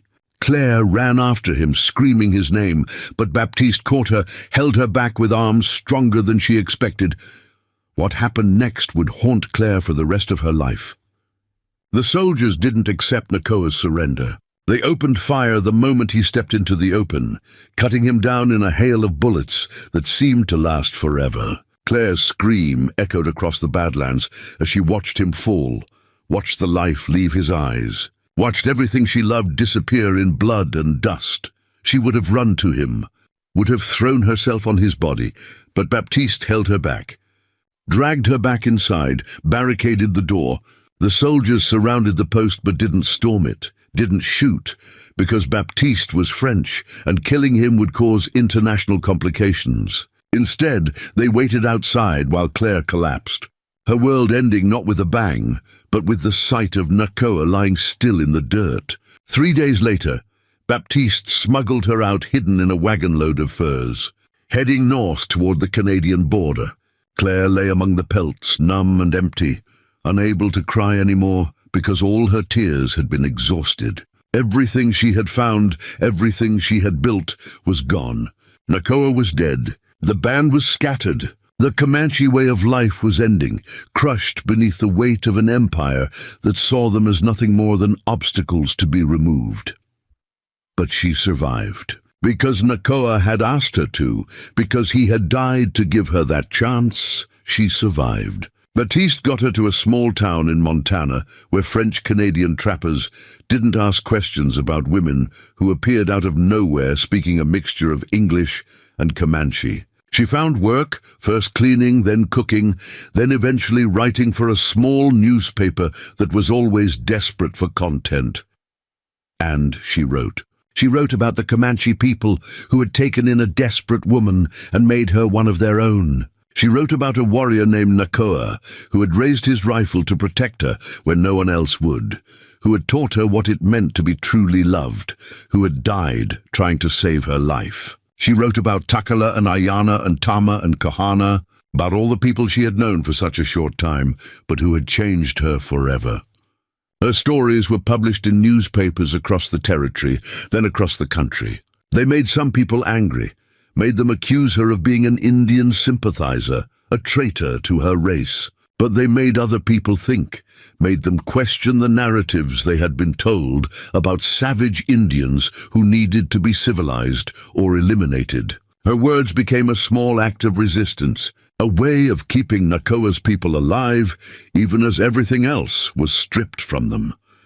Years later, when she was an old woman with silver in her auburn hair, Claire traveled to the reservation where Tachi had led the families. She found Takala there, ancient now but still alive, still teaching the old ways to children who had never known freedom. She found Ayana, her son grown into a man who worked as a translator, helping his people navigate the impossible situation they found themselves in. She told them about Nakoa's last stand, about how brave he had been, about how much he had loved his people.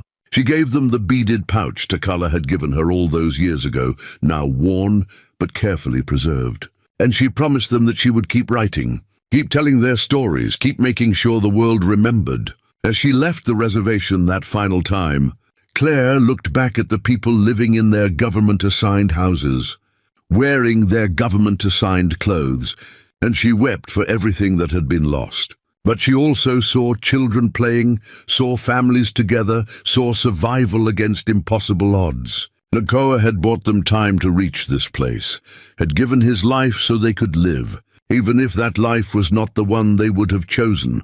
Claire died at 73, surrounded by the dozens of journals she had filled with stories about the Comanche, about the man she had loved, about the brief shining moment when she had been part of something beautiful and doomed. Her final words, whispered to the nurse who held her hand, were in Comanche, "Nakoa, I am coming. Wait for me."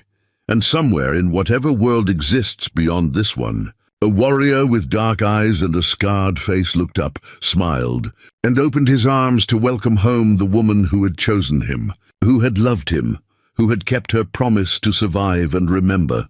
Together at last, in the only place where their love could exist without persecution, without war, without end. The Montana wind carried the scent of sage and old memories as it swept across the cemetery on the hill. It was a small place, modest and forgotten by most, where settlers and drifters and those who had lived on the margins were laid to rest. Among the weathered headstones, one stood out, carved from dark granite, its surface polished smooth despite decades of wind and weather. The inscription was simple: Claire Hastings Carter, 1847-1920. She chose love over safety, truth over comfort. She remembered, beneath her name, carved in smaller letters, were words in Comanche that translated roughly to, "The woman who walked between two worlds and belonged to both." It was spring of 1921, and a young woman named Sarah Whitmore stood before that grave, her notebook clutched in gloved hands. She was a reporter for the Chicago Tribune who had stumbled upon Claire's writings in a university archive. Dozens of journals filled with stories that contradicted everything she had been taught about the savage frontier and the civilizing mission of westward expansion. Beside her stood an old Comanche man named Thomas Fletcher, though that was the name the government had given him.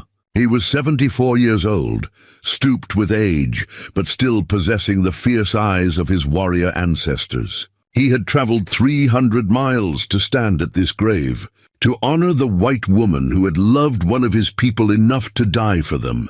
"My grandmother was Takala," Thomas said, his voice rough with emotion, "the medicine woman who taught Claire the healing ways. Before she died, Grandmother told me about the white woman who worked until her hands bled, who stood with a rifle against those who mocked her, who married Nakoa in the old way and meant every word of her vows."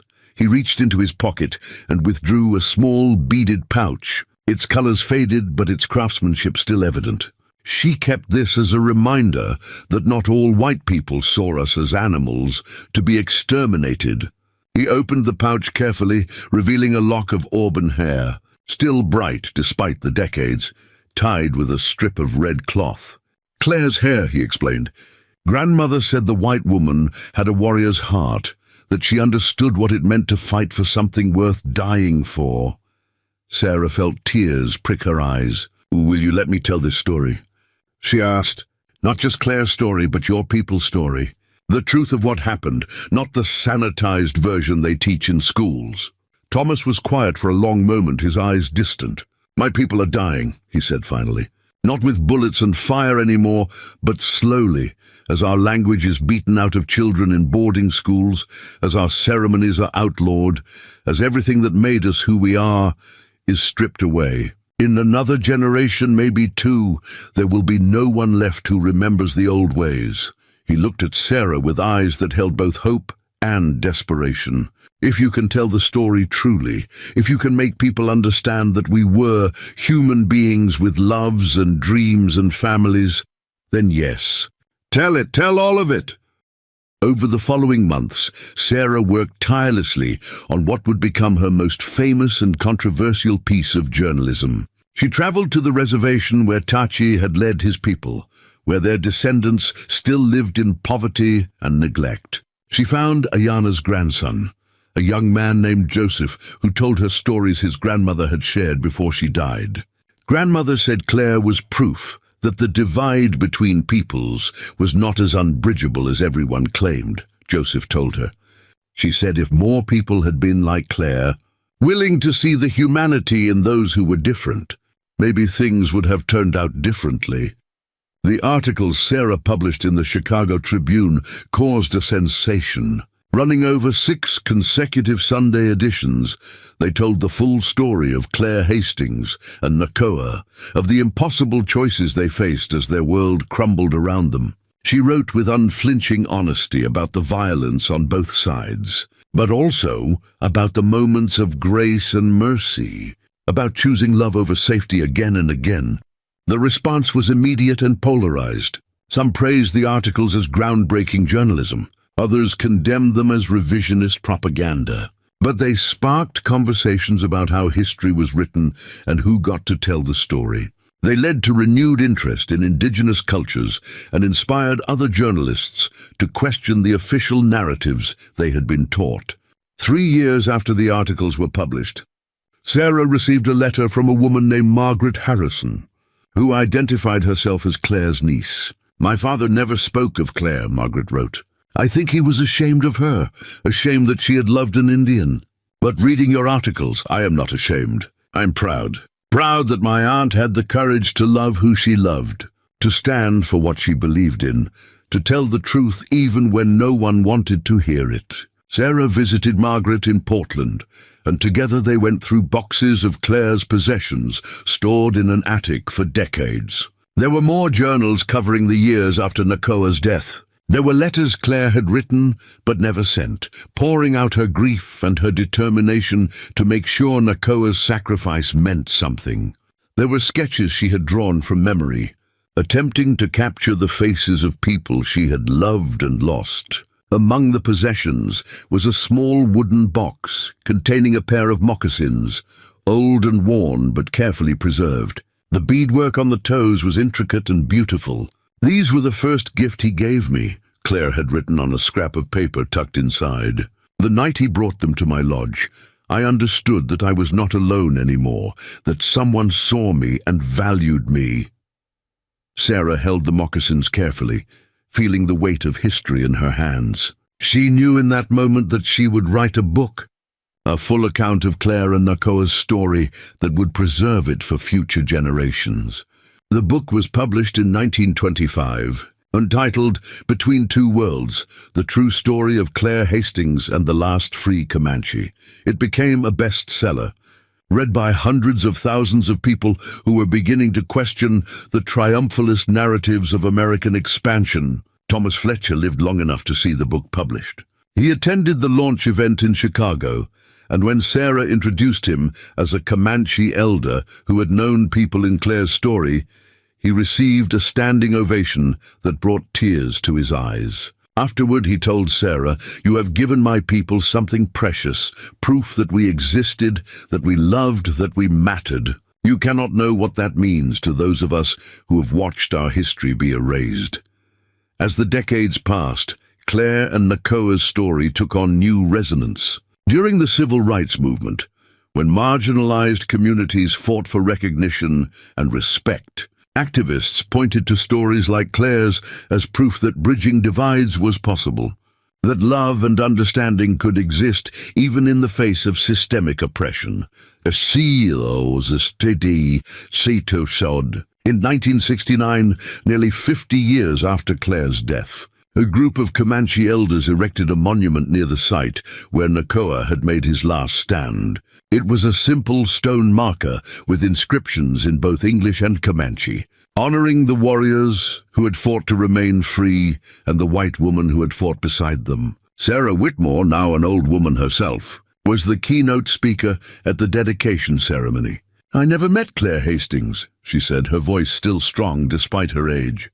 "But through her words I came to know her heart.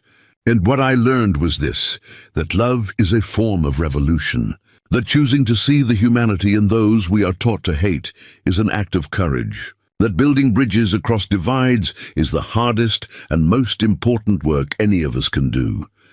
She looked out at the crowd, at the mix of faces and histories represented there. Claire and Nakoa's story is not a happy one. They did not get their happy ending. But that does not make it meaningless.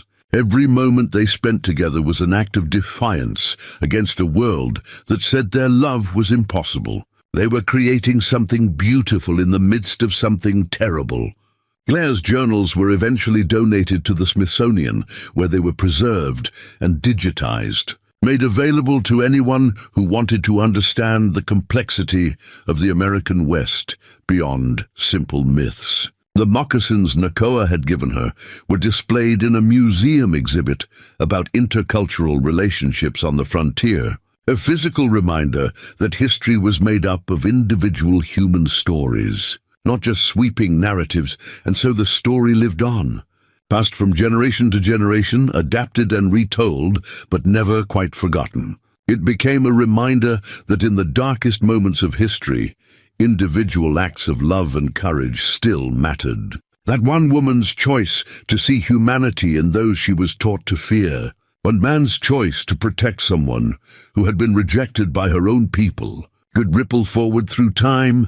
On the hill in Montana, the wind still blows across Claire's grave, carrying the scent of sage and old memories. The granite headstone stands, as it always has, marking the resting place of a woman who walked between two worlds and belonged to both. And carved into that stone, in letters that time has not yet worn away, are the words that summarize a life lived with fierce love and fiercer courage. She chose love over safety, truth over comfort. She remembered, because in the end, that was the greatest gift Claire could give, remembrance. She remembered Nakoa and Takala and Ayana and Tama and Kohana and all the others whose names history wanted to forget. She remembered their humanity in all its complexity. She remembered, and she made sure others would remember too. And in that remembrance, she ensured that their lives, their loves, their sacrifices would never be completely lost. And somewhere beyond the reach of wind and time, two souls walked together across an endless prairie. Finally free, finally safe, finally home. Up next, you've got two more standout stories right on your screen. If this one hit the mark, you won't want to pass these up. Just click and check them out. And don't forget to subscribe and turn on the notification bell so you don't miss any upload from us.